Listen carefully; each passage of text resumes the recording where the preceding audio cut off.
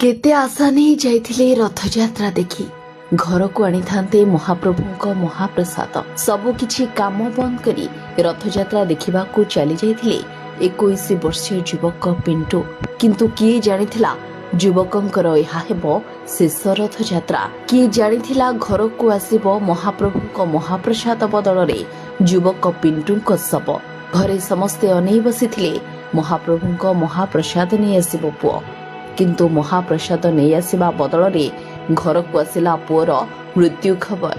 तेबे एभली एक दुखद घटना देखा मिली रायगड़ा जिला विषमकटक ब्लॉक अंतर्गत दुर्गी ब्लॉक रे मिलिथिबा सूचना अनुसार रायगड़ा जिला दुर्गी ब्लॉक डुमुनेली पंचायत लटागुड़ा गाँव जगुल कलकांक पुओ पिंटू कलका बयस पाखापाखि 21 वर्ष।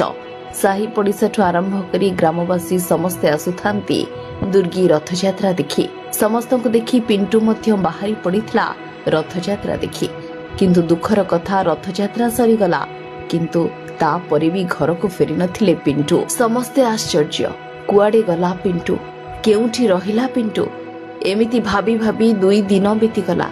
आउ तापरे दुर्गी गुंडीचा मंदिर निकटस्थ आंब गछरू झुलंता अवस्था मिलिला पिंटूंक मृतदेह। सतरे कौन हैला?